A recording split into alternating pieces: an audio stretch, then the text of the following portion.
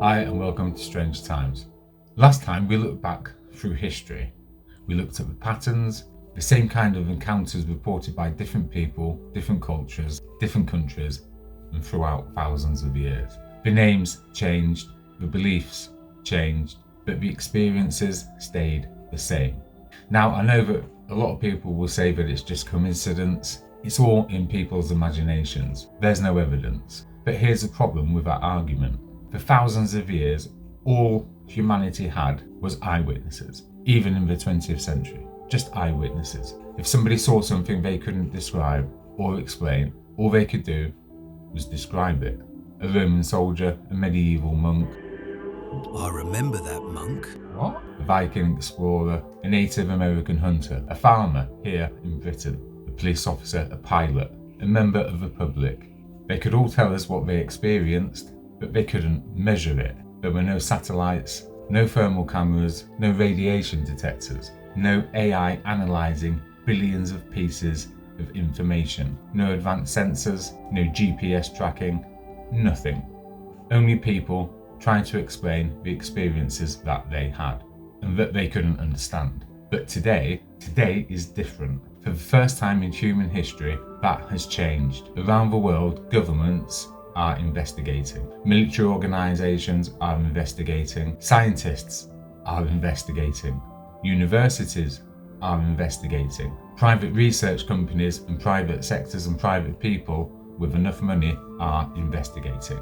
And not because somebody wants to prove alien invasion. They're investigating because unusual events continue to be reported over and over and over again. And today we finally have the technology to start measuring them. Think about that for a second. For thousands of years, we just had stories. Now we have data, and that changes everything. This isn't about asking you to believe every photograph on the internet, every ghost story that you've seen, or every ghost video or UFO video that's out there. Far from it.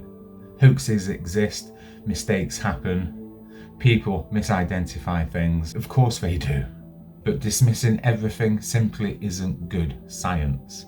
Real science doesn't ignore reports. It investigates them. And that is exactly what's happening now.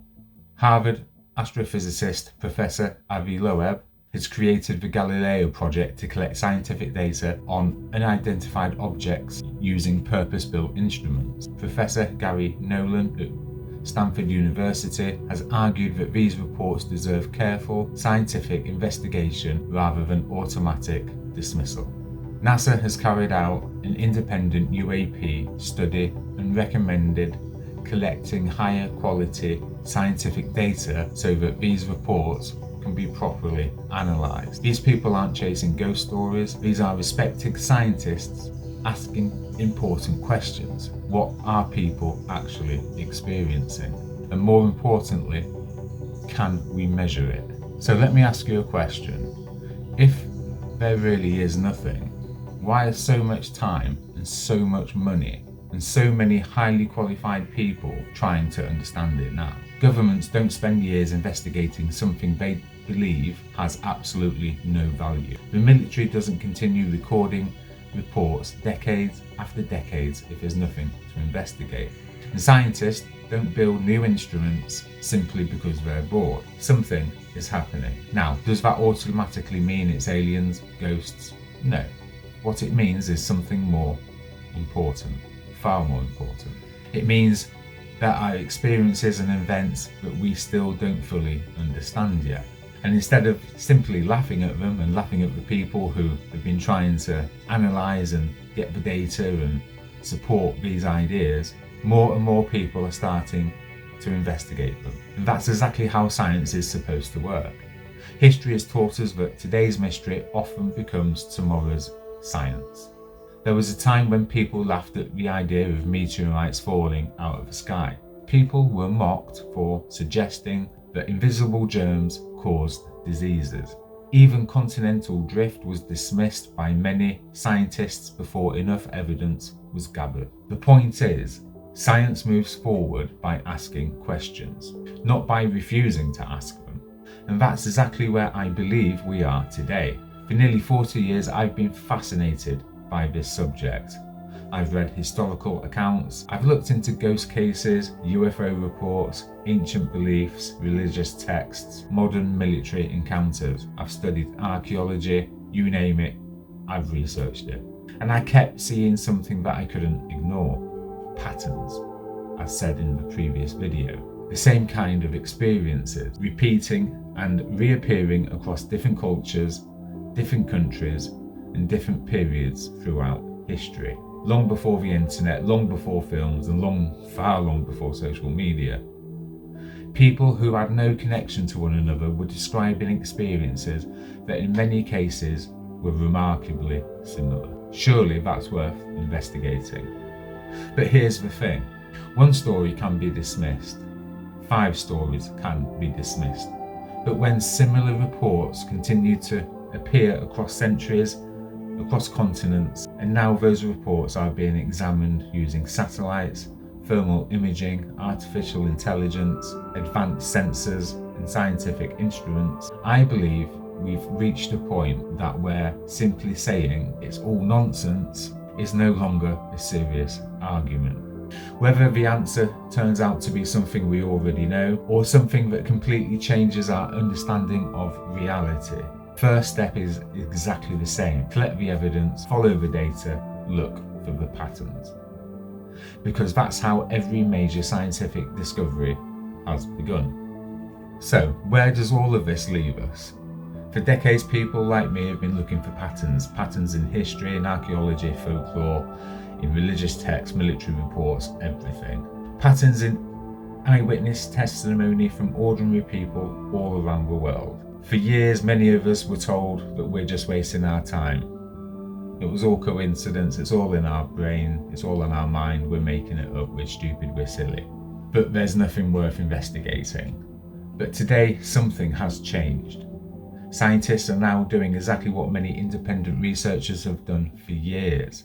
They're collecting the data, they're looking for patterns, not just in one location, but across the world. From the Hesdalen Valley in Norway, where unexplained lights have been studied for decades, to the Uinta Basin in Utah, to reports from Australia, Canada, South America, Africa, the Himalayas, the UK, you name it, every single continent, every single area on this earth. And countless other places where unusual events continue to be reported. Different countries, again, different cultures, different languages, yet remarkably similar experiences. And here's something else that skeptics often say. Where's the peer-reviewed papers? It's a fair question. The truth is, peer-reviewed research into unexplained aerial phenomena and related observations does exist, and more is being published than ever before. But peer review isn't the end of science. It's one step in the process, and people that say that should know that. Every new area of research begins with observations. Then comes data, then testing, then debate, then replication, then over time, understanding. That's how science has always moved forward. Perhaps the most fascinating part of this is that some of the scientists involved in studying these anomalies are no longer just asking whether unusual events occur. They're beginning to ask what kind of physics could explain it.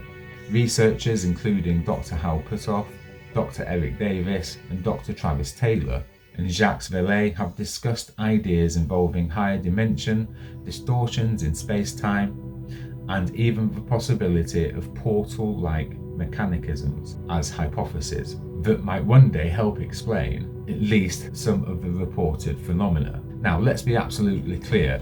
These are not established conclusions. They're scientific hypotheses, ideas being explored because some of the observations don't yet fit neatly into our current understanding.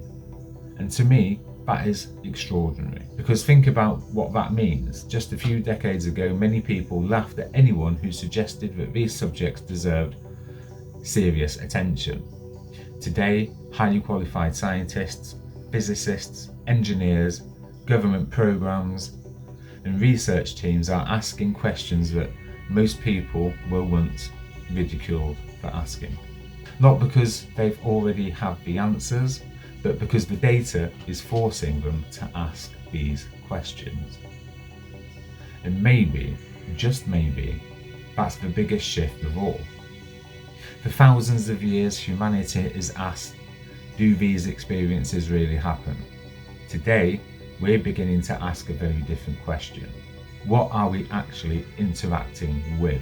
Because if these patterns are real, and I believe that they very much are, if they continue to appear across history, across cultures, across continents, and now with scientific data, then perhaps we're standing at the beginning of one of the greatest discoveries in human history. Not the discovery of ghosts or aliens, but the discovery of reality itself. That may be far stranger and far more connected than we ever imagined. And that's exactly where we're going next. I want to leave you with one final thought. For thousands of years, humanity has looked into the night sky, explored ancient ruins, climbed mountains, crossed oceans, and searched the darkest forests, asking the same questions. Are we alone? But what if we've been asking the wrong questions all along? What if the real question isn't are we alone? What if it's who or what has been here with us all along? Because wherever you look, in history, in archaeology, in religion, folklore, military reports, government investigations, scientific research, and now in the data itself, the same patterns just keep appearing. We can ignore them, we can laugh at them, we can explain some of them away, but we can no longer honestly pretend that they don't exist. Something is happening. We don't know exactly what it is yet, but for the first time in human history, we have the technology, we have the scientists, the instruments, and the courage to begin searching for the answers. And if that answer changes everything we know about consciousness, about life, and about reality itself, then future generations may look back on this moment and realise that this was the moment humanity stopped arguing over whether the phenomena existed and started trying to understand it. And if that's true, we're not living at the end of a mystery, we're living at the beginning of it.